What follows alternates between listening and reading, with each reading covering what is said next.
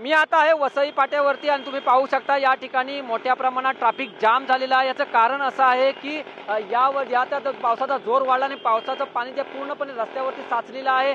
पूर्णपणे गाड्या सुद्धा तिथे अडकलेल्या आहेत, काही गाड्या बंद पडलेल्या आहेत। तरी सुद्धा एवढ्या मोठ्या पाण्यात जवळजवळ ढोपराभर पाण्यामध्ये लोक गाड्या चालवत आहेत, त्यामुळे त्यांच्या गाड्या सुद्धा ज्या टू व्हीलर आहेत त्या बंद पडत आहेत आणि त्या धक्का मारत त्या गाड्या ज्या आहेत त्या साईडला घेऊन येत आहेत। मात्र जर पूर्णपणे पाहायला गेलं तर ट्रॅफिक येते या रोडवरचं पूर्णपणे जाम झालेलं आहे। पुढपर्यंत पूर्ण पाणी भरलेलं आहे। गटारात सुद्धा तुडुंब भरत वाहते। ज्या आजूबाजूला जी दुकानं आहेत त्या दुकानात सुद्धा पाणी गेलेलं आहे आणि जी मुलं वगैरे आहेत ती त्या पाण्याचा आनंद घेताना चित्र पाहिलं। मात्र पावसाचा जोर जो आहे तो दुपारनंतर जो हा वसईमध्ये वाढलेला आहे। कुठे ना कुठेतरी हा पाऊस 2 दिवसापासून पूर आला होता वसईमध्ये, अनेक ठिकाणी पाणी भरलं होतं आणि त्याचप्रमाणे जर पाहायला गेलं तर आज मात्र दुपारनंतर पावसाचा जोर वाढलेला आहे आणि सखल भागात जे आहे ते पाणी साचायला सुरुवात झालेली आहे। त्याचप्रमाणे जर पाहिलं या ठिकाणी जे वसई पाट आहे इथे तर ट्रॅफिक जाम झालेलं आहे आणि त्यामुळे पुढे जाण्याचा जो मार्ग आहे तो सध्या आता पूर्णपणे जाम झालेला आहे। कारण जे लोक जे आहेत ते आपली गाड्या ज्या आहेत त्या भरलेल्या पाण्यातून घेऊन जात आहेत आणि त्यामुळेच त्यांच्या गाड्या बंद पडत आणि पूर्णपणे ट्रॅफिक त्यामुळे जाम झालेलं आहे। त्याच्याच बाजूला हायवे आणि याचा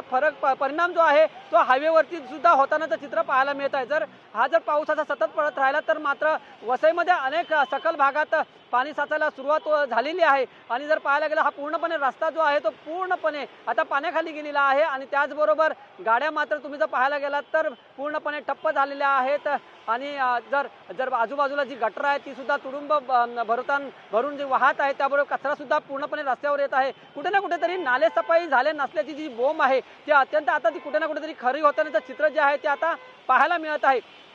आपल्या TV9च्या माध्यमातून आपण हे जे चित्र दाखवत आहोत ते जर महानगरपालिकेने जर आपल्या टीव्हीवरती जर पाहत असतील तर त्यांनी याच्यावरती उपाययोजना करण्याची आता सध्या तरी गरज आहे। कारण याचा जो परिणाम आहे तो सर्वसामान्य नागरिकांवरती होत आहे, येणाऱ्या जाणाऱ्या प्रवासावरती सुद्धा होत आहे। त्यामुळे जर पाहायला गेलं तर काही गाड्या सुद्धा टू व्हीलर सुद्धा यामध्ये अडकल्याचं चित्र सुद्धा पाहायला मिळत आहे। काही जे तरुण आहे ते सुद्धा या पाण्यामध्ये आनंद घेतानाचं चित्र पाहायला मिळत आहे। कुठे ना कुठेतरी आता जर पाहायला गेलं तर ट्रॅफिक जाम झालेला आहे। पूर्ण रस्ता जर पाहायला गेलं तर जलमय झालेला आहे। पूर्णपणे जे साईड जी दुकानं आहेत त्या दुकानामध्ये सुद्धा पाणी गेलेलं आहे, त्यामुळे त्या दुकानदारांना सुद्धा याचा त्रास सहन करावा लागत आहे।